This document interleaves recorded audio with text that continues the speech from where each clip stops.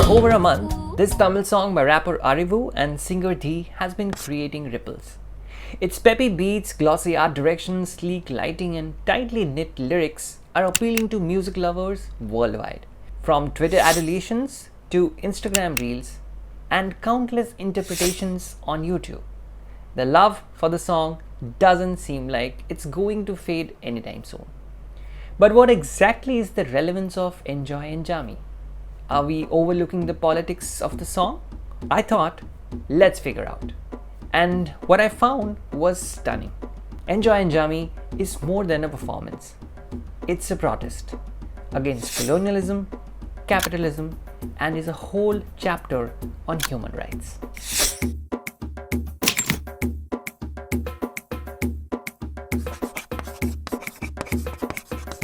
Before we move in, if you find value in my work, subscribe to the channel and share this video with every Enjoy Enjaami lover. When I first heard the song, thanks to the buzz it created recently, I shrugged it off, thinking it as one of those attempts to earn brownie points by sounding woke. You know how all the brands in the world suddenly become women-centric during the month of March? Like that woke. Anyway, so I was sitting and wondering whether there is anything more to the song that I'm missing. And it turned out I'm missing almost everything. On one hand, the song is a celebration of life, nature, and the contribution of ancestors. On the other, it opens up a can of worms: migration, exploitation, and resistance. Arivu, the songwriter of Enjoy Enjaami, mentioned in one of his interviews how he believes that this song is as political as his other songs, and that one line made me dig deeper. Arivu's grandmother is one of the many Tamil migrant workers who fled Cylon, which is now known as Sri Lanka, on the lookout for work in the then famous tea estates. And she was not alone. There was a barrage of Tamilians who were either moving on their own or were taken to places during the British rule for a supposedly better life, to work in plantations which the British saw as the gold mine of profit making. To meet the labor demands, plantations in Sri Lanka recruited many workers from India from as early as the 1830s. Caribbean sugar plantations that used enslaved laborers had by then been a popular model of agricultural labor in European colonies. Between 1702 and 1808, about 8,40,000 Africans were shipped to Jamaica, which was the epicenter of sugar industry for Britishers. Much like the Tamils who were taken to Burma, Ceylon, and other colonies for tree plantations. But when Britain abolished slavery in 1833, there was a need for a new model of bonded labor, hence germinating the huge requirement of cheap labor for profit making. The lives of these migrant workers were not any better in India. They used to starve from large-scale famines and were mostly discriminated because of their low caste status. Living close to the docks and having an easy access through the sea route, Sri Lanka became one of the more favored plantation sites for many such workers to migrate to in search of a better life.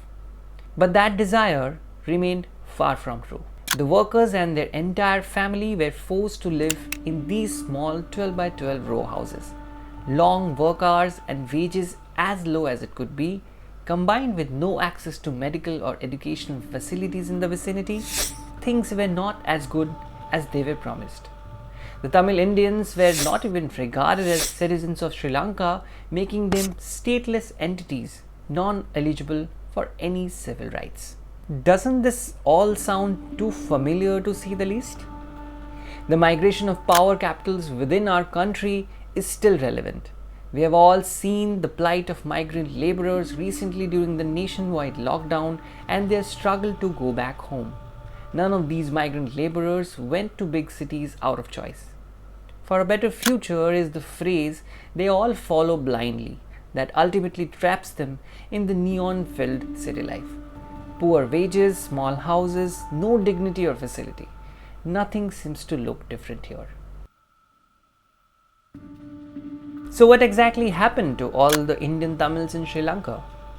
India and Sri Lanka signed two treaties in 1964 and 1974, namely the Lal Bahadur Shastri Shrimavo Bhandar Naike and Shrimavo Bhandar Naike Indira Gandhi Accords, under which India agreed to take back a limited number of Tamils. This whole episode was like a barter trade agreement, throwing people from one country to another without any consideration of their feelings. Some lost their land and the little world they had created there for themselves, coming back to the refugee settlements in India and once again becoming landless. Over 4.6 lakh citizenships were given to these people over the course of 50 long years in India. Even after this, thousands of Tamil migrants and refugees came back to India due to the political tension and violence caused by the civil war taking place in Sri Lanka. Surprisingly enough, there has been no mention of these Indian Tamils in the controversial Citizen Amendment Bill that the BJP government passed last year, under which Hindu, Sikh, Buddhist, Jain, Parsi and Christian illegal migrants from Afghanistan, Bangladesh and Pakistan are eligible for citizenship in India. Although the finance minister has assured they will be, amidst outrage. Many of these refugees can't have a passport, can't hold private jobs, nor do they have a state to call their own. Arivu's grandmother is one of these lakhs of people who came back to India. Separated from their past lives, the land, the nature that they belonged to, a place where they were once born was not their home anymore. Enjoy Enjaami is the voice of the grandmother, who wants to remind us all about the horrific incidents that took place, the pains that they had to go through in making that long route from India to Sri Lanka, working tirelessly in the fields to ultimately come back to India and being landless once again. Even after years of being included in India as Indian citizens, they live in shanties and ghettos with few opportunities to branch out. Arivu is from one of these ghettos who found his voice through the Classless collective, a band that is taking the caste system by the neck and slaughtering it one song after the other.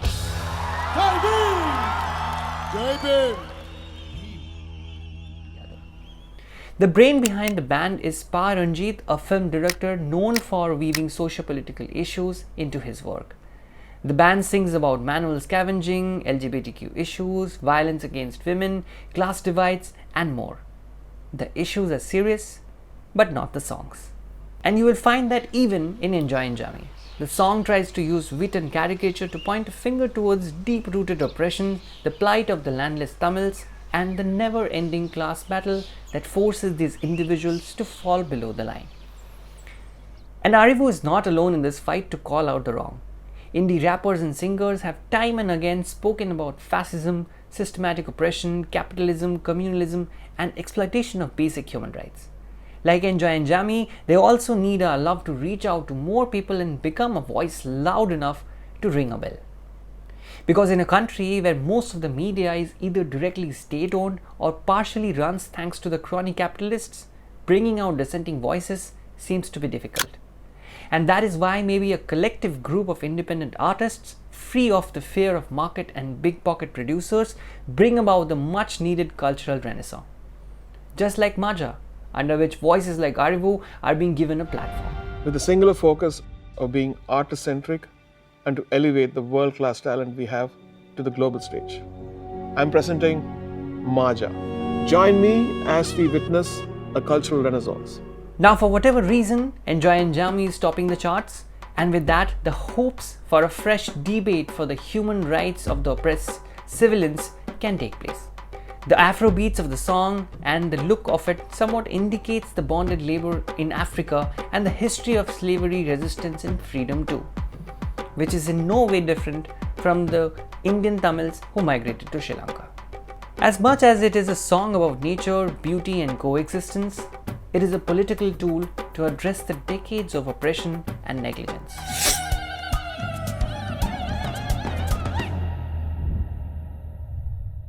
Standing at times like these, I often ask myself, does art really have the power to change things around me?